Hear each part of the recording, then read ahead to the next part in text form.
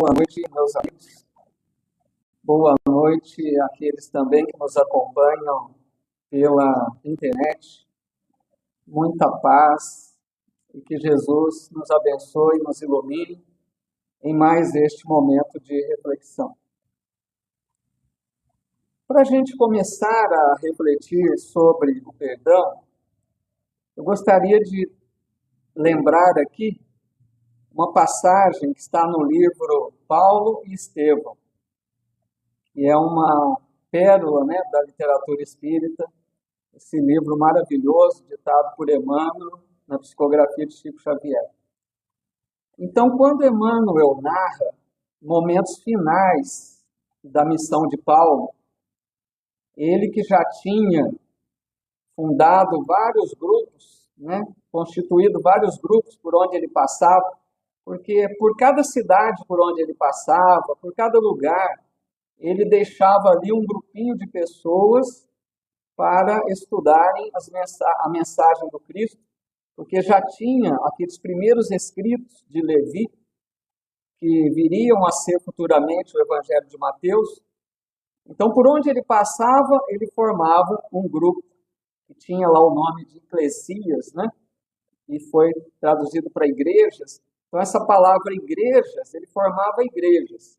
Não no sentido como nós entendemos hoje de um templo, mas no sentido de um grupo de pessoas que se reuniam para estudar a mensagem de Jesus.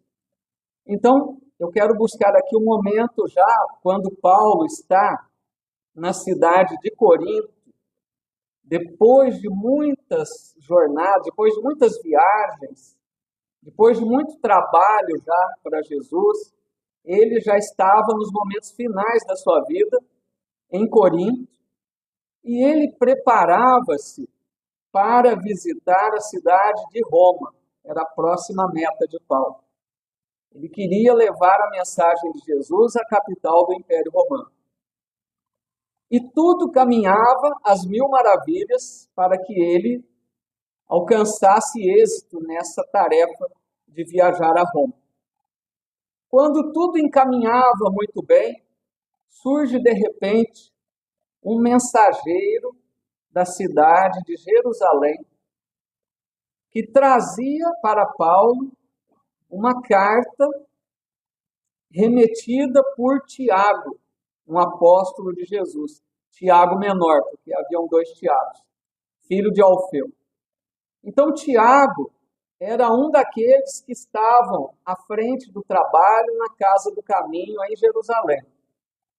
E Tiago escrevia para Paulo, pedindo que ele visitasse Jerusalém com urgência, porque a comunidade de Jerusalém enfrentava problemas de perseguições do Sinédrio que se avolumavam, tomavam uma proporção maior e eles necessitavam da presença de Paulo.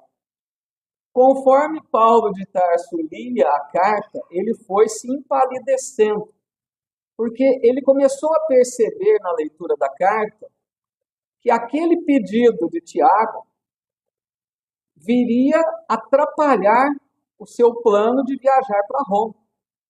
Ele estava tudo pronto, planejado para a viagem até Roma. E se ele visitasse Jerusalém, nós sabemos que naquela época as viagens eram muito demoradas, Muito do percurso era feito caminhando, outra parte às vezes por navios, mas a viagem era longa. E ele então ficou a pensar, conforme lia a carta, aquilo contrariava seus planos. E aí teve um outro ponto em questão, porque Paulo nunca tinha se entendido muito bem com Tiago. Eles apresentavam divergências, porque Tiago, ele trabalhava na Casa do Caminho, servindo Jesus, mas Tiago tinha com ele ainda algumas práticas do judaísmo. Tiago não conseguiu se libertar totalmente daquela crença antiga, daquele modo religioso antigo. E Paulo não concordava com Tiago. Ele achava que Tiago não deveria misturar, né, as práticas judaicas com a mensagem do Cristo. Então, conforme ele lia a carta, convidando ou convocando para que ele fosse a Jerusalém, ele ficou a pensar: será que eu vou atender esse pedido? Tiago não, ele pensava consigo, né? Tiago nunca se entendeu bem comigo, por que eu vou atender esse pedido agora? Mas Paulo de Tarso, muito experiente já na tarefa, já tinha aprendido muito das lições de Jesus. O que ele faz? Ele pede um minuto para aqueles que ali estavam aguardando sua resposta.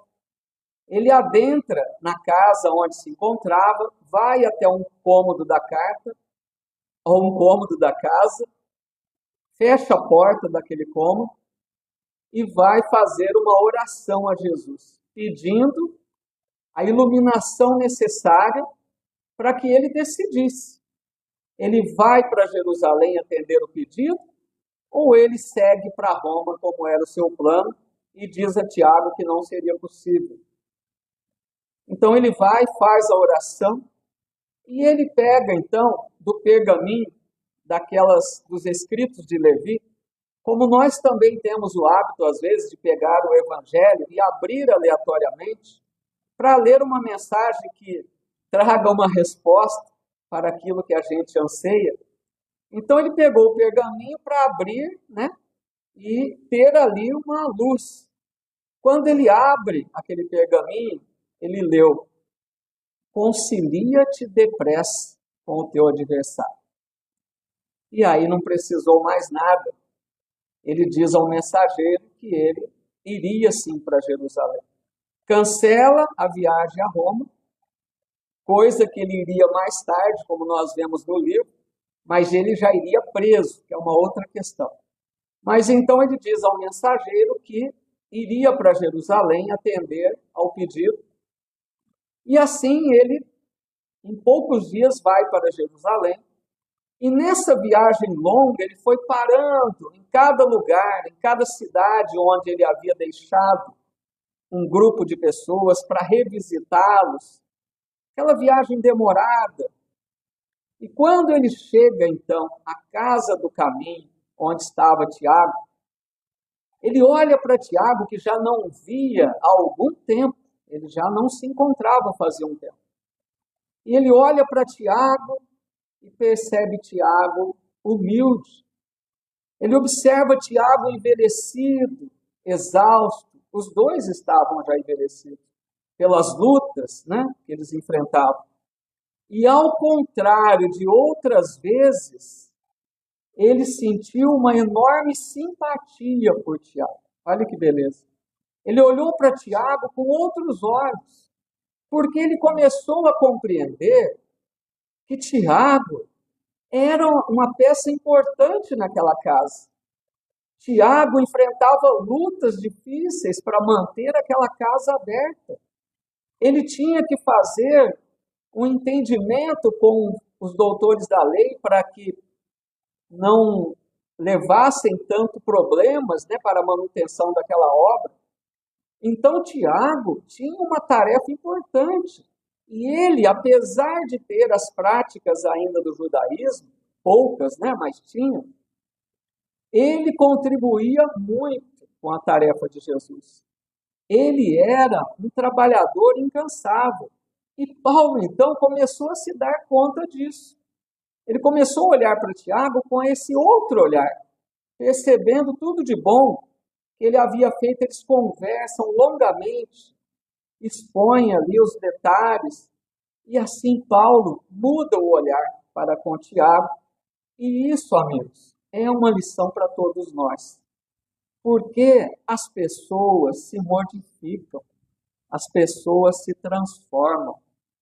Às vezes a gente tem o péssimo hábito de guardar a lembrança de uma ocorrência infeliz, de um problema que tivemos com alguém há muito tempo atrás, e a gente guarda aquela imagem, a gente guarda aquela pessoa daquela época, mas a pessoa se modifica, a pessoa se transforma, a pessoa melhora, muda sua condição de vida, sua forma de pensar, de agir.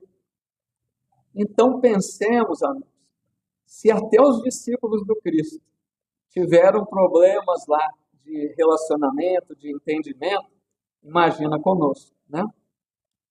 E então, para a gente refletir um pouquinho sobre o perdão, eu gostaria agora de trazer algumas reflexões sobre o perdão para que a gente pense nisso com inteligência. Porque é importante refletir sobre o perdão com sabedoria, com tranquilidade, para ver se realmente o perdão não é o melhor.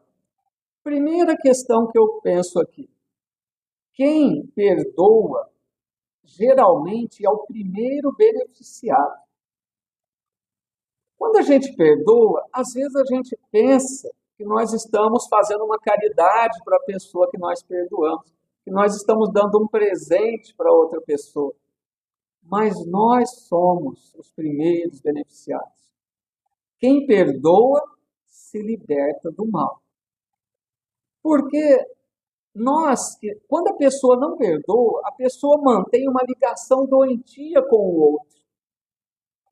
Constantemente pensando no problema, emitindo fluidos ruins, pensamentos ruins, guardando mágoa. Nós sabemos já o quanto a mágoa é prejudicial. A mágoa cultivada por muito tempo, que a gente não se liberta dela, ela se transforma em doença no corpo. Então, o primeiro ponto é esse: perdoar é um presente para nós. Nós estaremos trabalhando a cura de muitos males em nós mesmos. Segundo ponto, o nosso perdão não liberta o devedor, o ofensor, da sua culpa, das suas dores, da sua necessidade de reparar. Vocês já pensaram nisso? Porque às vezes a gente perdoa pensando assim: eu perdoei, agora ficou tudo certo, ele não precisa responder por mais nada. Não. Se você perdoa, você se liberta. Mas a outra pessoa, se é devedora, ela continua com uma dívida perante a lei divina. E essa pessoa vai ter que responder pelo que fez, reparar, expiar. Então, o nosso perdão não liberta, né, o outro daquilo que ele precisa reparar, se reajustar. Outra questão. Nós pensamos muitas vezes que nós precisamos perdoar, mas quantas vezes também nós precisamos pedir perdão?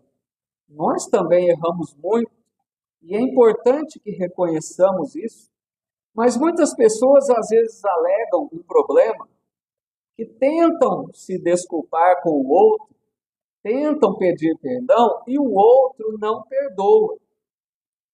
Gente, se você se arrependeu, se você está pedindo o perdão do outro e ele não perdoa, o problema é dele. Da sua parte, está resolvido.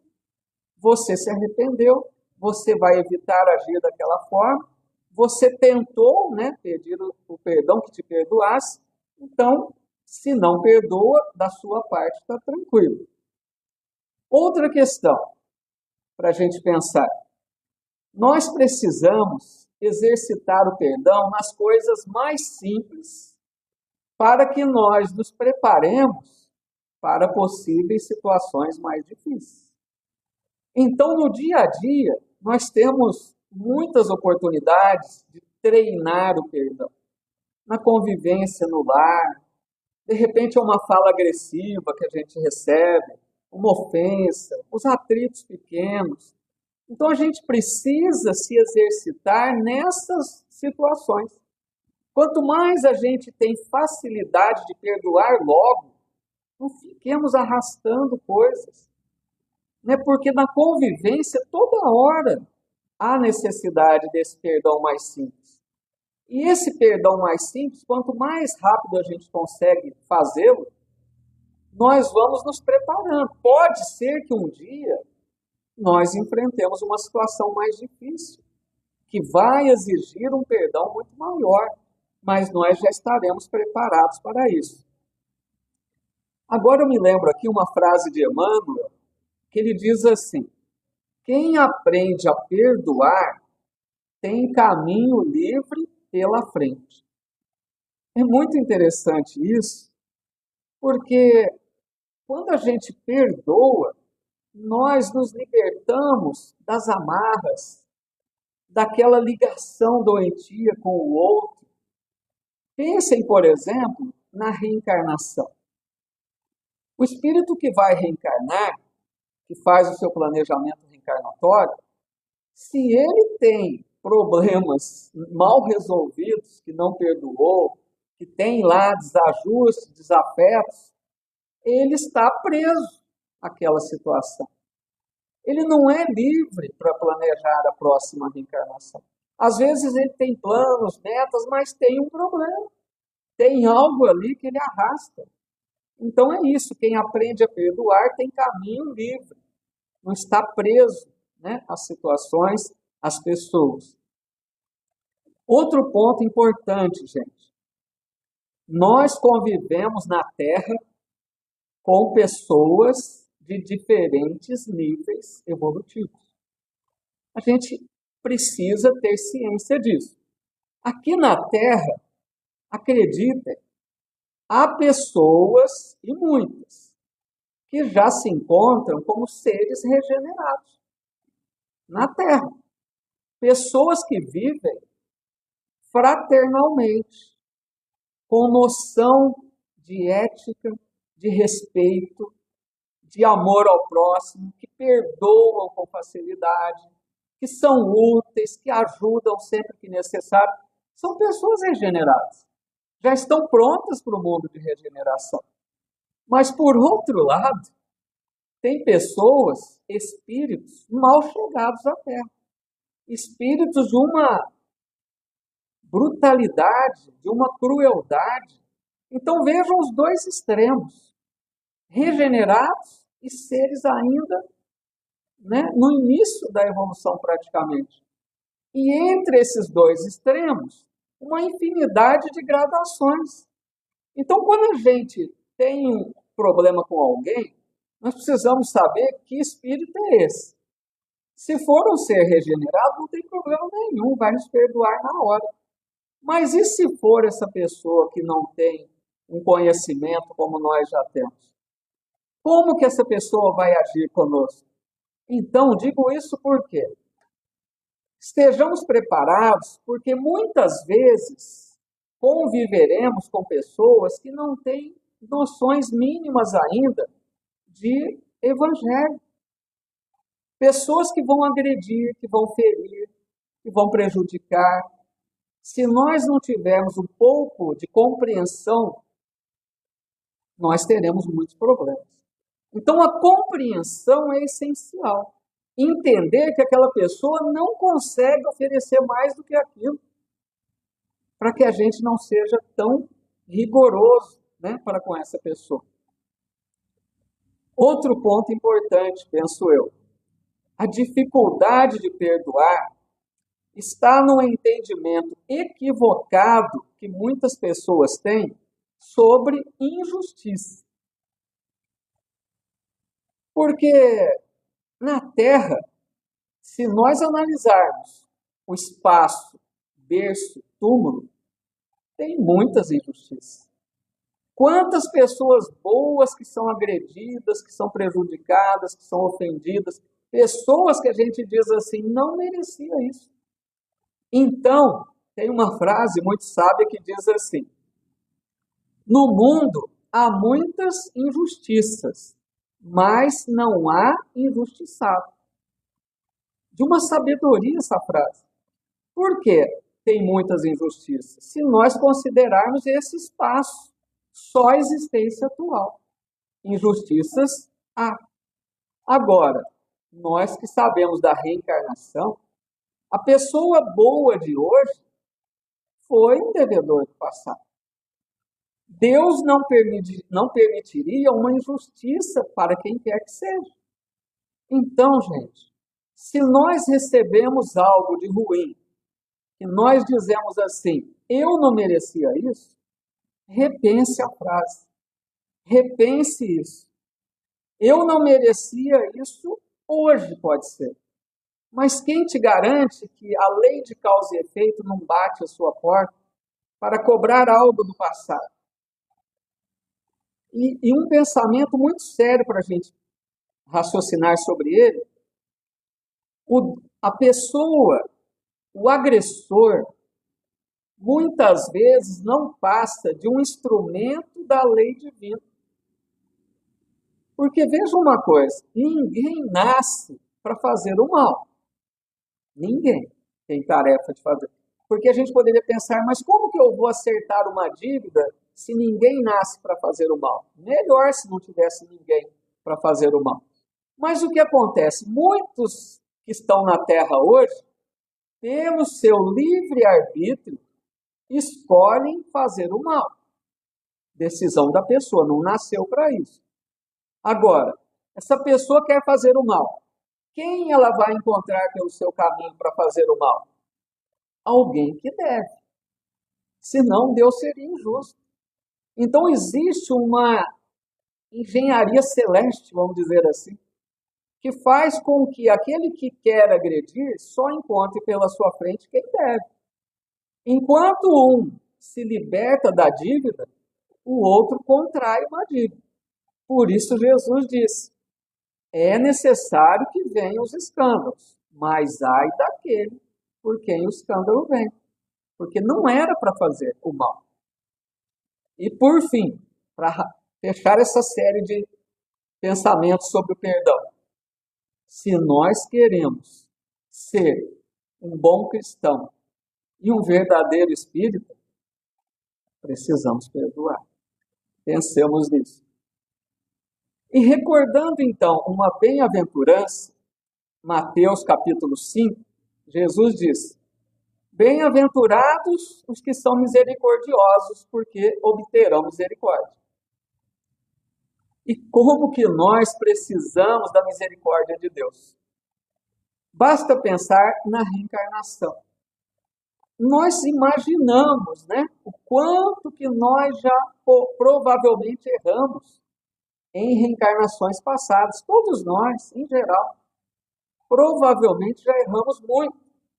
Quando a gente vem para uma nova experiência na matéria, trazendo aquela bagagem volumosa de dívida, se não fosse a misericórdia de Deus, dando um jeito para que a gente volte nas melhores condições possíveis, que a gente não tenha tantos problemas, tanta dificuldade, isso é misericórdia de Deus.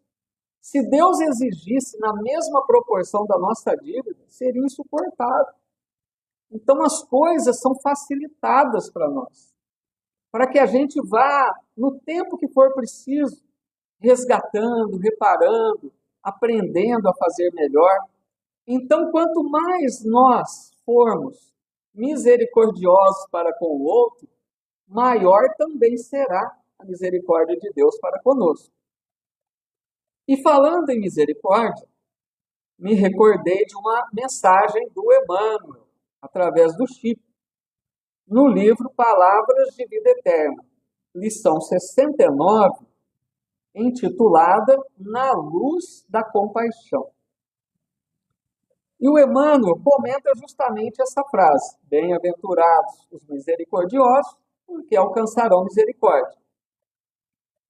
E ele diz assim, deixa que a luz da compaixão te clareie a rota, para que a sombra não te envolva. Olha que interessante isso. Compaixão, o que é?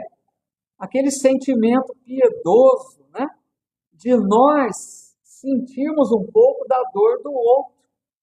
A gente olha para a pessoa e vê o que ela está sofrendo e nós temos aquele desejo de aliviar a dor do outro. Isso é compaixão. Porque se nós não tivermos esse sentimento, nós estaremos um pouco frios, né, de sentimentos, não nos importaremos com o outro, então estaremos envolvidos numa certa sombra. Se é alguém que nos ofende, que nos prejudica, nós partiremos já para os julgamentos, guardaremos mágoa, revolta, desejo de vingança. Então, o que Emmanuel está propondo é compaixão em qualquer situação. Olha, vejam o que ele diz a seguir. Sofres a presença dos que te pisam as esperanças? Compaixão para eles. Ouves a palavra dos que te ironizam? Compaixão para eles. Padeces o assalto moral dos que te perturbam? Compaixão para eles. Recebes a farpa dos que te perseguem? Compaixão para eles. Olha que interessante, sempre compaixão. O Emmanuel nem está falando em perdão, ele está falando em compaixão. Olha que interessante isso, por quê?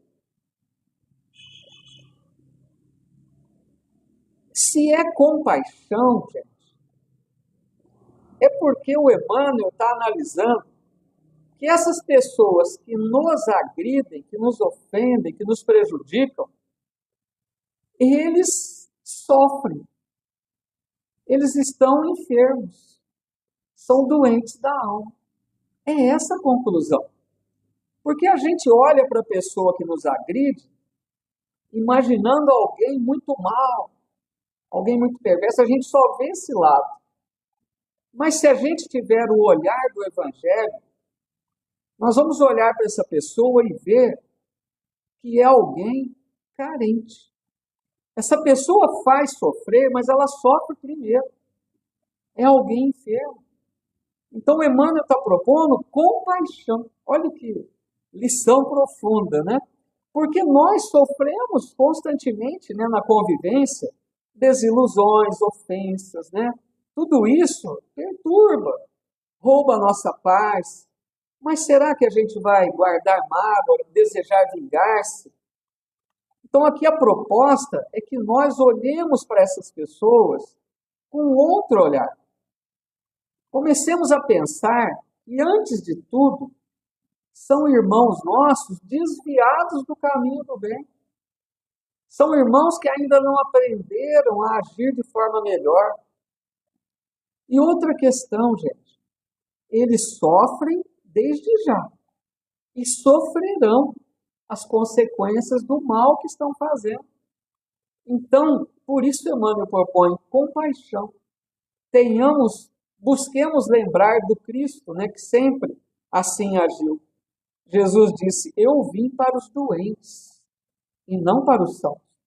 Então, Jesus veio para abrir os olhos desses que agem mal. Aí o Emmanuel diz ainda, a crueldade e o sarcasmo, a demência e a vileza são chagas que o tempo cura. Está vendo? Eles estão doentes, são chagas. Todas essas atitudes de crueldade, de maldade, são chagas que precisarão, às vezes, muito tempo. Às vezes, expiações dolorosas. Porque essas pessoas que estão agindo mal, só através de muitas dores, às vezes, irão aprender que esse não é o caminho. Porque todos se reabilitarão um dia. E aí o Emmanuel diz uma coisa muito interessante e sábia. Ele diz assim, rende graças a Deus por lhes suportares o assédio sem que partam de ti. Olha a sabedoria. Agradecer a Deus porque não fomos nós que fizemos. É melhor sofrer uma injustiça do que cometer uma. Então, gente, pensemos nisso. Todas as vezes que nós formos, de alguma forma, prejudicados, ofendidos, lembremos dessa fala de Emmanuel. Olha para essa pessoa como alguém que está carente, doente, enfermo. Tentemos ao máximo perdoar, né? E aí ele diz, no fundo, são males que surgem da ignorância, como a cegueira nasce das trevas. Não sanarás o desequilíbrio do louco, zurzindo-lhe a cabeça, nem expulsarás a criminalidade do malfeitor, cortando-lhe os braços. É lógico, são males que surgem da ignorância. Ignorância do desconhecimento da lei divina, da lei de amor. São irmãos que desconhecem a mensagem do Cristo. E nós já conhecemos. E é interessante, gente, esses irmãos negam a sua essência. Qual é a nossa essência de espíritos imortais que somos? Na nossa essência, no fundo da alma, a nossa essência é luz e amor. Esses que agem assim estão negando a essência, estão contrários à essência divina, como filhos pródigos, né? Distantes de Deus. Assim como nós provavelmente também um dia já o fomos, se não desta vez, quem sabe de outras existências. E o Emmanuel diz, não se resolve, né, com atitudes drásticas. Não adianta agredir o corpo do malfeitor. É preciso esclarecer o espírito. Aí ele conclui dizendo, todos somos alunos do educandário da vida. E todos somos suscetíveis de queda moral no erro. Usa, pois, a misericórdia com os outros, e achará nos outros a misericórdia para contigo. Aqui, meus amigos, lembramos aquele episódio tão belo, né, quando Jesus é chamado a resolver aquela questão, que pegaram a mulher em adultério e queriam apedrejar a mulher. E o que Jesus fez? Disse a eles, quem estiver sem pecado, atire a primeira pedra. Essa lição está ecoando até hoje. Quem não tem erros, quem não errou para acusar o outro. Então que nós pensemos que, se hoje não estamos fazendo, que bom, mas já fizemos, quem não errou? E agora, meus amigos, pensando no perdão de Deus, será que Deus precisa nos perdoar? Como acontece o perdão de Deus? Porque em Mateus capítulo 6, Jesus disse assim, se perdoardes aos homens as faltas que cometerem contra vós, também vosso Pai Celestial vos perdoará os pecados. Mas, se não perdoardes aos homens quando vos tenham ofendido, vosso Pai Celestial também não vos perdoará os pecados. Então aí fica a dúvida, será que Deus não nos perdoa? Pensemos uma coisa, quando Deus nos criou, e foi da forma mais difícil, porque Deus poderia ter nos criado todos perfeitos, era muito mais fácil para Ele. Mas Deus nos criou com o potencial de conquistarmos a perfeição possível. Para que nós, quando um dia chegarmos à condição de um espírito puro, conquistarmos, desenvolvermos em nós uma alegria tão grande. Imagina um espírito puro, sabendo que ele percorreu toda a jornada, ele venceu as dificuldades, ele aprendeu o caminho do bem pelos seus esforços, pelo seu mérito. É muito importante isso para que a gente valorize a conquista. Então, se Deus nos criou com a liberdade de escolha, é lógico que Ele sabe que nós podemos errar a qualquer instante. Faz parte do plano da criação. O erro faz parte. E se Deus criou dessa forma, Ele não pode ficar ofendido conosco. Deus não se ofende, não se chateia. Porque muitas pessoas dizem assim quando erram, Deus deve estar muito triste comigo. Deus não se entristece conosco. Deus não tem esses sentimentos nossos. É lógico que Ele quer que a gente siga pelo melhor caminho. Mas Ele espera a gente aprender, se renovar, porque Deus não quer que nós o busquemos forçados. Nós precisamos buscar o melhor caminho por livre escolha, entendendo que é o melhor para nós. Então Deus não pune, não se chateia, mas educa. Aí é que está a diferença. Se ele não tivesse controle sobre nós através das leis, a gente se perderia completamente. Então Deus criou leis para nossa felicidade, questão 614. Criou as leis para nos ajudar. Então a lei de causa e efeito, por exemplo, quando a gente está errando muito, o que acontece? A dor vai nos buscar. Nós vamos encontrar situação difícil para despertar que aquele caminho não é o melhor, é o filho pródigo. Aquele pai da parábola, o filho pediu a parte da herança e ele deu. Livre escolha. Você quer? Tá bom, vai. Foi, gastou, errou, passou fome, mas aí ele percebeu que era melhor voltar. Ele se arrependeu, se transformou. É esse o caminho. Então Deus nos educa. E aí Jesus tem uma frase que nos esclarece bem. Jesus diz assim: com a medida com que medirdes, também serão medidos. Ou seja, se nós, quando alguém nos ofende, nos prejudica, se nós somos muito rigorosos com o outro, a nossa medida está alta de exigência. Se eu sou assim com o outro, eu serei assim comigo. Aí a questão do auto-perdão. Eu terei dificuldade de me perdoar. Então, quando diz perdoa para que Deus te perdoe, é bem no sentido de nós aprendermos que é perdoando que nós também nos perdoaremos. Não seremos tão rigorosos conosco.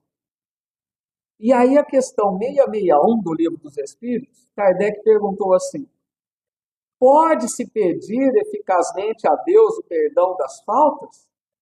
E os amigos espirituais disseram: Deus sabe discernir o bem e o mal. A prece não oculta as faltas. Aquele que pede a Deus o perdão de suas faltas não o obtém se não mudar de conduta. As boas ações são a melhor prece, porque os atos valem mais do que as palavras. Então, é lógico que é muito importante pedir o perdão a Deus. A gente erra. O primeiro ponto é ver se nós nos arrependemos mesmo, né? Verdadeiramente. Me arrependi, rogo a Deus em prece que me perdoe, para que eu me reabilite, para que eu encontre forças de renovar. Então a prece, os espíritos dizem que ela é sempre um poderoso auxiliar. A prece por si só não resolve, ela é auxiliar. Então eu faço a prece a Deus rogando perdão, mas se eu não mudar de conduta, não adianta. Eu me arrependo, mas eu preciso me concentrar de que aquilo não foi bom para não fazer novamente. Por isso, né, Madre Teresa de Calcutá disse: as mãos que ajudam são mais sagradas do que os lábios que oram. Porque quem está no trabalho no bem, isso é uma prece. Mas aí, amigos, tem um capítulo do Evangelho segundo o Espiritismo que eu considero desafiador para todos nós, né? Quando Kardec recorda uma fala de Jesus, um ensino do Cristo: amai os vossos inimigos. Aí a gente fica a pensar, né? Como eu consigo amar o meu inimigo? Porque lá em Mateus está escrito assim: ouvistes o que foi dito, amarás o teu próximo e odiarás o teu inimigo. Eu, porém, vos digo, amai os vossos inimigos. Então, a época de Moisés, tudo bem, se amava o amigo e podia até odiar o inimigo, fazia parte do entendimento da época. Mas Jesus veio revogar muitas das leis que Moisés instituiu na época, porque a humanidade havia avançado, já tinha condições de caminhar para algo melhor. Então ele diz, né? Eu, porém, vos digo, amai os vossos inimigos. E aí, meus amigos, nós vemos a importância do estudo da doutrina espírita. Porque Kardec, amparado pelos espíritos superiores, eles vêm nos explicar como amar o inimigo. Primeiro ponto importante, Kardec deixa claro que nós não precisamos conviver com o inimigo. Seria impossível. Questão fluídica. Não tem afinidades. Então, o primeiro ponto é esse: amar, não há necessidade de conviver com a pessoa, passar a viver abraçado a ele, não é isso. Então ele diz algumas propostas, algumas atitudes que chegam à conclusão do amar o inimigo. Não desejar vingar-se. Primeiro ponto. Alguém me ofende. Nós já estamos em condições de entender que a vingança é um hábito do passado, né? Um bom espírita jamais deve pensar em vingança.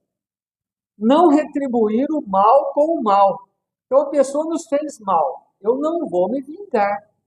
Se eu puder, eu vou fazer o bem. Retribuir o mal com o bem. Essa é a proposta. Não colocar obstáculo para a reconciliação. Às vezes a outra pessoa quer reconciliar e eu não quero. Mas se eu estou aprendendo a proposta do Cristo, a amar o inimigo, facilitar a reconciliação. Perdoar de todo o coração. Isso também é amar o inimigo.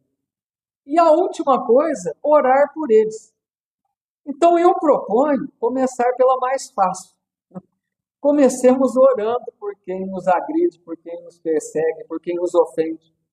Porque orar pela pessoa, creio que é mais fácil, mesmo que seja forçada, gente, a oração. Alguém te fez mal. Comece a pedir a Deus por ela. Pede a Deus que essa pessoa encontre o caminho melhor, que ela desperte para o caminho melhor, para que ela se arrependa. Mesmo que seja uma oração mais forçada, se a gente insistir orando, vai chegar uma hora que nós vamos orar com naturalidade. Aí a gente vai conquistando as outras coisas, começando a enxergar essa pessoa com outros olhos, perdoando, não desejando vingança, e assim a gente cumpre essa proposta aparentemente impossível, mas que nós podemos conseguir, de amar o inimigo. E aí nós chegamos a uma questão que muitas pessoas têm dúvida. Perdoar é esquecer? Porque muitas pessoas dizem, né? Eu não esqueci, então será que eu não perdoei?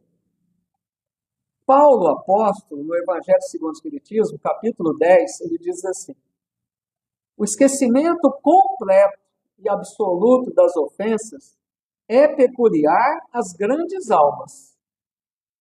O rancor é sempre sinal de baixeza e de inferioridade.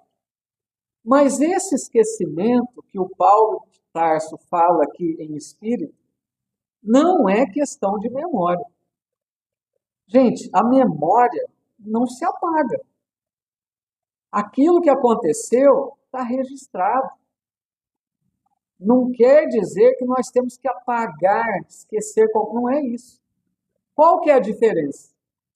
Quem perdoou realmente, verdadeiramente, primeiro ponto, essa pessoa vai se lembrar do ocorrido esporadicamente.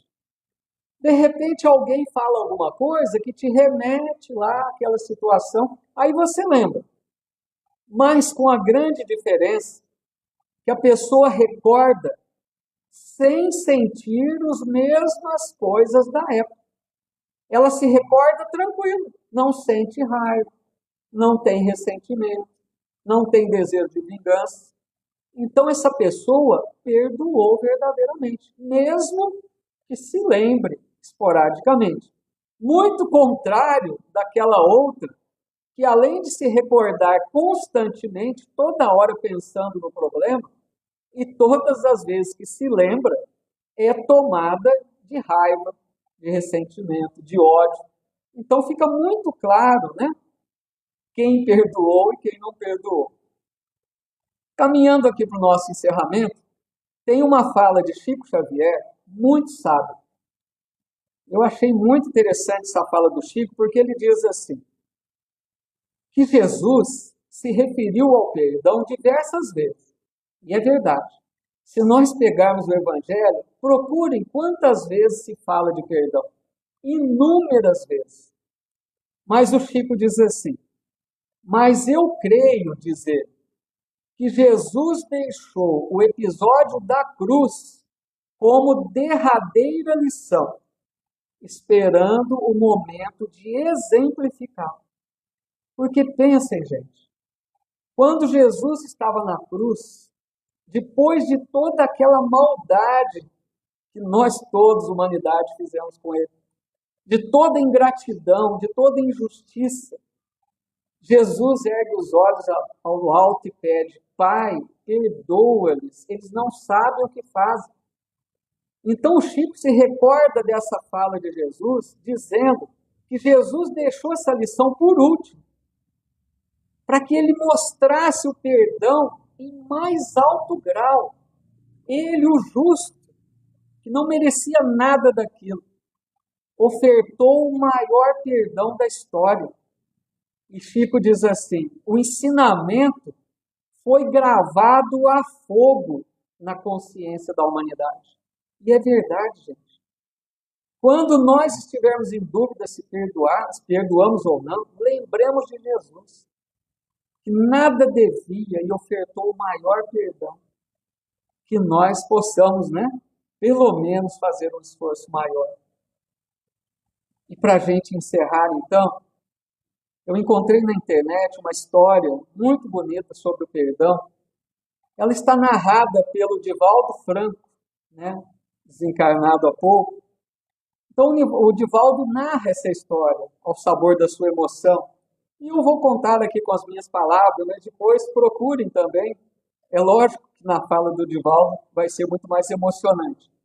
Mas o Divaldo conta que certa feita ocorreu um crime na cidade de Pedro Leopoldo, onde Chico morava, e Chico ainda era jovem no trabalho da mediunidade. Então, uma mãe viúva perdeu seu filho que foi assassinado, e essa mãe ficou muito triste, angustiada. E certa noite, apareceu a Chico o espírito de uma amiga desencarnada e pediu ao Chico que fosse até a casa daquela mulher para fazer o evangelho junto dela, para ajudá-la. Ela estava muito angustiada com a morte do filho. E o Chico, então, prestativo como era, logo no dia seguinte, tomou de um evangelho segundo o Espiritismo, de um exemplar, e foi até a casa daquela mulher. Lá chegando, ele explicou a ela o motivo da visita. Ela o recebeu muito bem, convidou o Chico a entrar. Sentaram-se à mesa. Chico fez uma oração e ele pediu à mulher para abrir o evangelho ao acaso, para ler uma lição. A mulher abriu e saiu o perdão das ofensas. E a gente vê nessas horas a mão, da espiritualidade amiga agindo.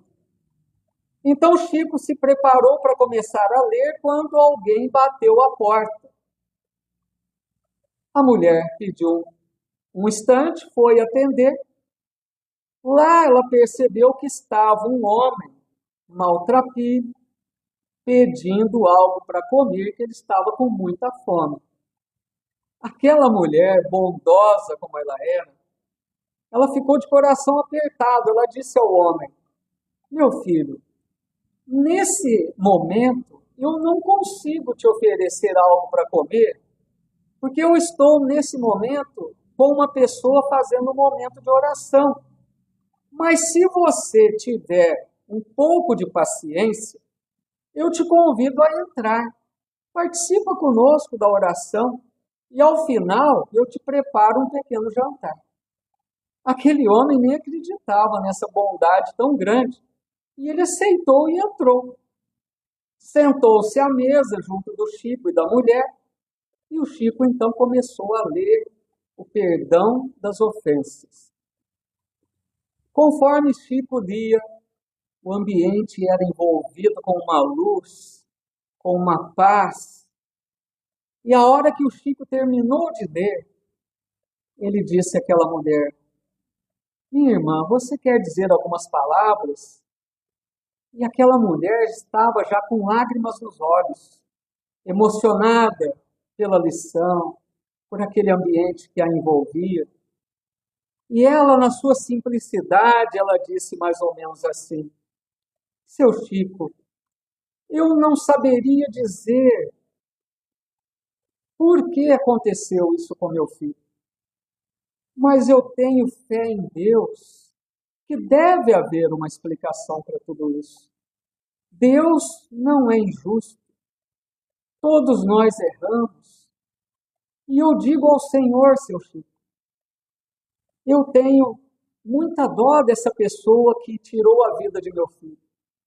Assim como eu tinha meu filho, penso na mãe dessa pessoa também, quanto sofrerá por ele. Penso no sofrimento que essa pessoa enfrentará. E eu te digo que eu perdoo essa pessoa de todo o meu coração. Fez-se um silêncio naquela sala. E a mulher, então, depois de alguns instantes, levantou-se para preparar o jantar para aquele homem. E ele, então, perguntou a ela: a senhora, então, é a mãe daquele jovem falecido? Sim, meu filho, sou eu. Aquele homem ajoelhou-se nos pés daquela mulher e diz a ela: eu sou o assassino. Eu matei seu filho. Mas se a senhora me perdoou sem que eu tivesse pedido perdão, eu preciso me reabilitar. Eu vou agora mesmo procurar uma autoridade. E saindo daquela casa, ele foi até a delegacia e confessou o crime. Naquela madrugada seguinte, aparece a Chico outro espírito durante a noite. Agora era aquele jovem falecido que diz a ele: muito obrigado, meu amigo. Fui eu quem levei aquele homem até a nossa casa, para que ele ouvisse da minha mãe que o perdoava. Vamos nos preparar para o encerramento da nossa reunião.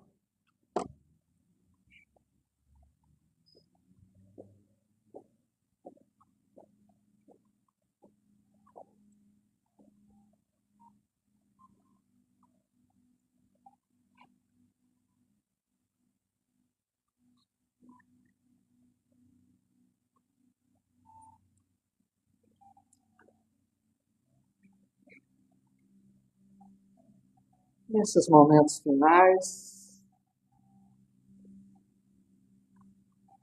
guardando em nosso coração essa mensagem do perdão, rogando a Jesus que nos fortaleça, que nos dê sabedoria, que abra nossos olhos espirituais para essas verdades, para que a gente encontre o caminho do perdão. Aproveitando desses momentos de tanta paz que nos envolve,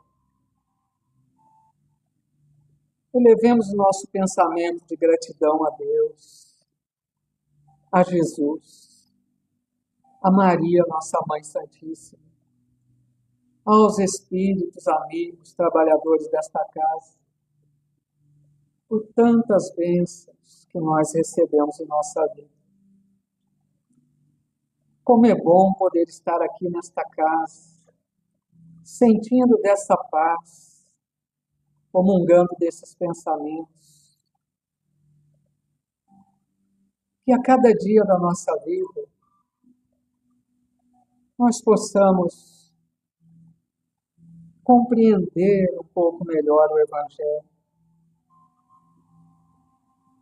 Nós possamos descobrir o tesouro que está no Evangelho.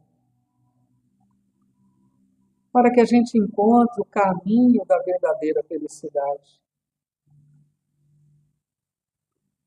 Jesus deixou o convite, mas Ele espera que nós o procuremos. O convite foi deixado. Nós sabemos onde encontrar o Cristo. Depende de nós. Será que vamos querer continuar sofrendo ainda? Por quanto tempo? Por que não um esforço maior a cada dia? Rogar a Jesus logo de manhã que nos ilumine, que nos mostre o caminho, que nos dê forças para as lições do bem, para o caminho renovador. Abençoa, Senhor, o nosso lar, para que convivamos em paz. Abençoe nosso ambiente de trabalho. Abençoe essa casa espírita e a todos os lugares da terra, para que haja mais paz, mais entendimento.